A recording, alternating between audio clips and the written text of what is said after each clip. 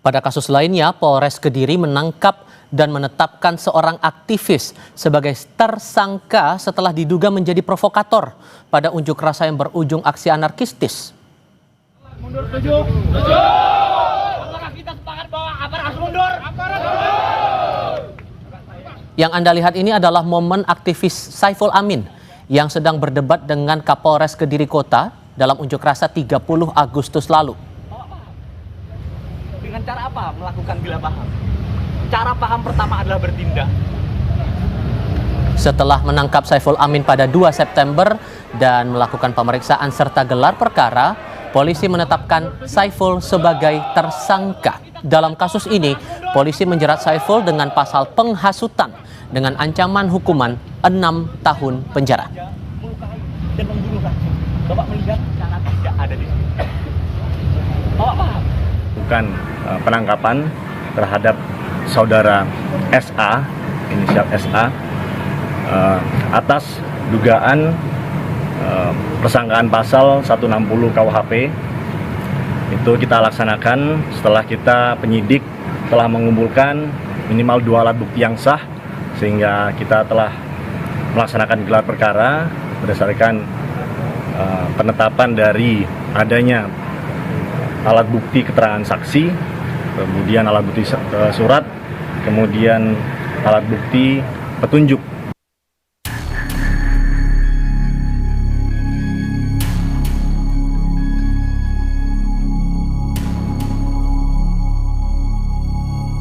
Sejumlah aktivis ditangkap dan jadi tersangka pasca gelombang unjuk rasa yang terjadi pada 25 hingga 31 Agustus. Salah satu yang ditangkap adalah Del Pedro Marhen, Direktur Eksekutif Lokataru. Del Pedro diduga menyebar hasutan yang menimbulkan kericuhan dengan melibatkan anak-anak. Selain Del Pedro, Syahdan Hussein, admin sekaligus humas akun Instagram @gejayan memanggil, juga ditangkap atas tuduhan yang sama. Tersangka DMR adalah melakukan melakukan kolaborasi dengan akun-akun IG lainnya untuk menyebarkan ajakan agar pelajar jangan takut. Tersangka SH itu adalah akun atau admin dari akun IG, nama akunnya @gm. Perannya adalah juga melakukan collab akun IG untuk menyebarkan ajakan pengerusakan.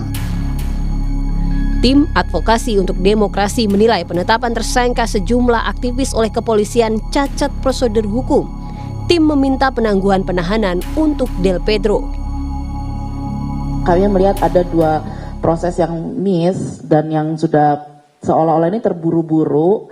Dan ini bukan seolah-olah ya, memang terburu-buru dan secara formal sudah cacat prosedur hukum. Jadi itu penting sekali untuk diperhatikan bahwa kemudian berpendapat dan sebagainya di dalam sosial media itu sangat mungkin sekali tanpa proses yang jelas kita bisa ditetapkan sebagai seorang tersangka dan dijemput. Penangkapan aktivis tak hanya terjadi di Jakarta. Di Kediri, aktivis Saiful Amin yang sempat berdebat dengan Kapolres Kediri Kota saat demo 30 Agustus lalu ditangkap. Saiful ditahan di rutan Mapolres Kediri Kota setelah diduga menjadi provokator pada demo yang berujung aksi anarkistis.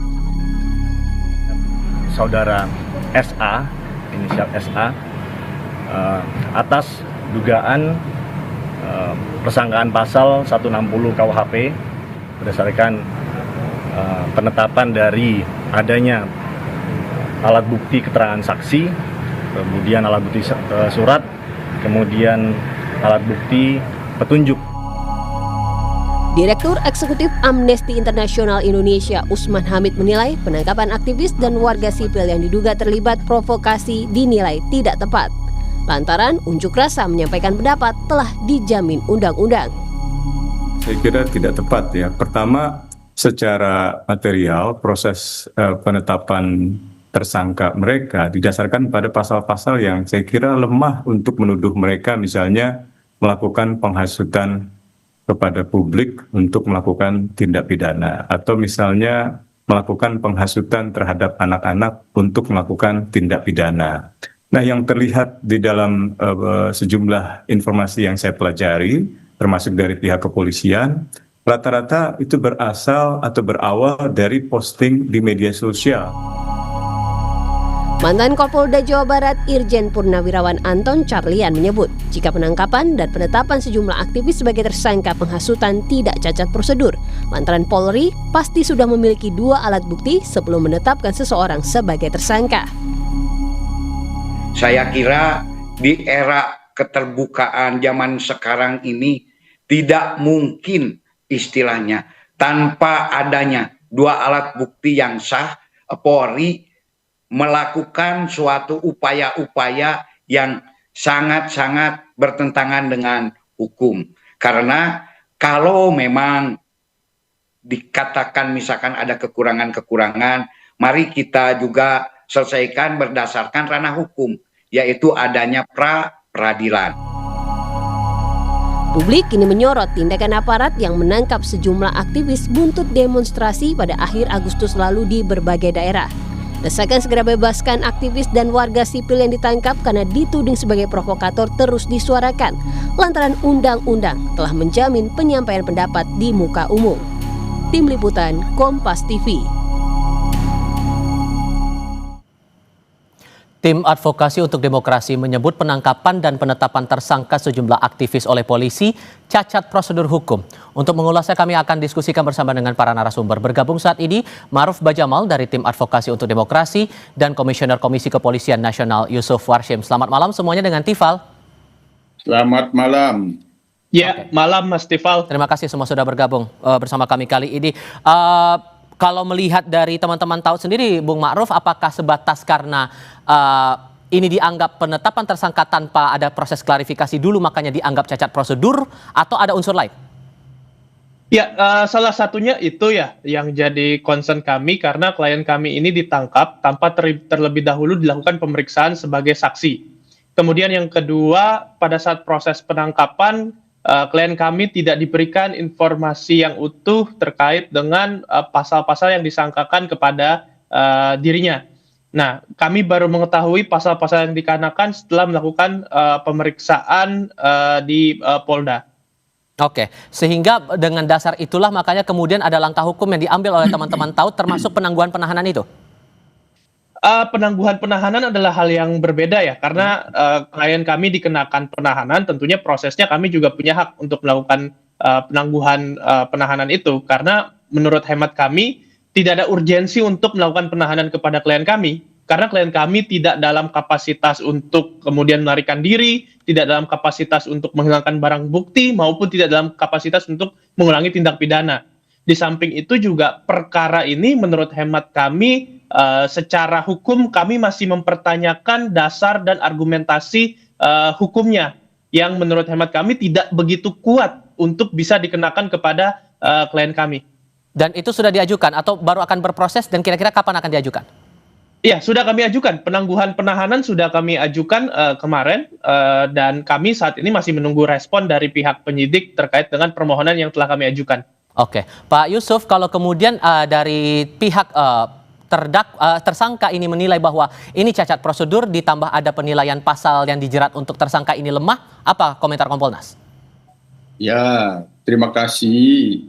Di Kompolnas dalam memposisikan sebagai pengawas fungsional kinerja Polri tentu kami lebih banyak menyimak dan mendengarkan apa yang menjadi keluhan dari pihak Delvero yang kali ini diwakili oleh kuasa hukumnya, yang itu secara substansi intinya kan berkeberatan dengan adanya penangkapan yang diduga penangkapan itu unprocedural atau ya disebut juga bisa penangkapan yang unlawful, tidak sah kan begitu. Nah, ya itu kita catat, tapi tentu kepolisian ya kita kan tentu juga harus menghormati kewenangan penyidik ya.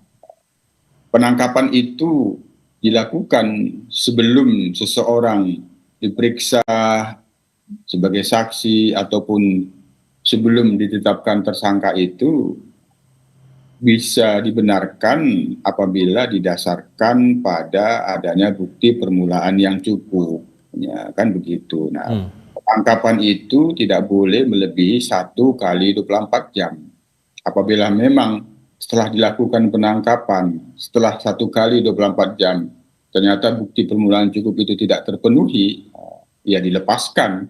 Untuk sementara ini, di dalam merespon apa yang dimaksud di dalam instruksi Presiden tindakan tegas, yang dimaksud dalam hal ini tentu penegakan hukum. Nah, banyak yang sudah diamankan, banyak yang sudah ditangkap, tapi kemudian juga banyak yang dilepaskan dalam hitungan 1 kali 24 jam karena bukti-buktinya tidak cukup atas katakanlah dugaan penghasutan, perusakan, anarkisme. Itu dilepaskan, banyak kan yang dilepaskan itu. Nah, sehingga Anda mau menegaskan bahwa semua sudah sesuai dengan prosedur yang dilakukan penyidik, begitu?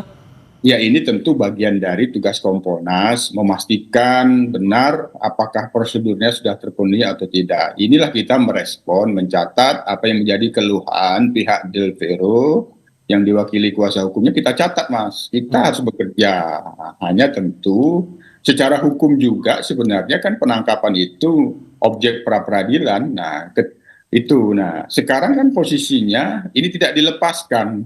Kemudian sudah ditetapkan apabila 1 kali 24 jam itu tidak dilepaskan, kemudian tidak ada penetapan tersangka, nah itu patut dipertanyakan. Baik, oke. Patut dipertanyakan kalau tidak ditetapkan tersangka. Tapi kan ini sebenarnya menjadi objek pra-peradilan juga, sehingga bisa diuji apakah sah atau tidak penangkapan ini, bisa diuji juga pra-peradilan. Tapi kami sebagai Kompolnas sekali lagi mencatat, menyimak apa yang menjadi keluhan pihak Delvero soal penangkapan ini. Berhubung Pak Yusuf sudah menyinggung masalah pra-peradilan, Bung Ma'ruf, apakah kemudian ini pra-peradilannya sudah masuk dalam persiapan dan bakal diajukan kapan kira-kira?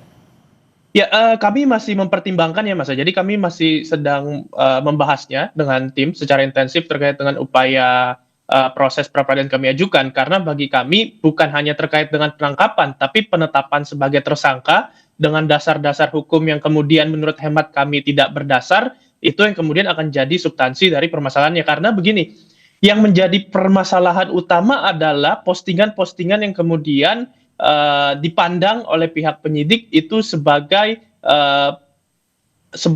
substansinya itu mengandung unsur-unsur pasal yang dijerat kepada klien kami. Di situ ada pasal 160 KUHP, di situ ada pasal Undang-Undang Perlindungan Anak maupun Undang-Undang ITE terkait dengan hoaks yang menimbulkan kerusuhan. Nah, mencermati pasal itu, kita tahu bersama dalam hukum pidana itu ada yang namanya lex serta, lex stricta, dan lex scripta. Artinya hukum pidana itu dia harus jelas, dia harus tegas, dan dia harus tertulis. Nah, hukum pidana itu dia tidak bisa ditafsirkan secara tidak sesuai dengan rumusan pasal.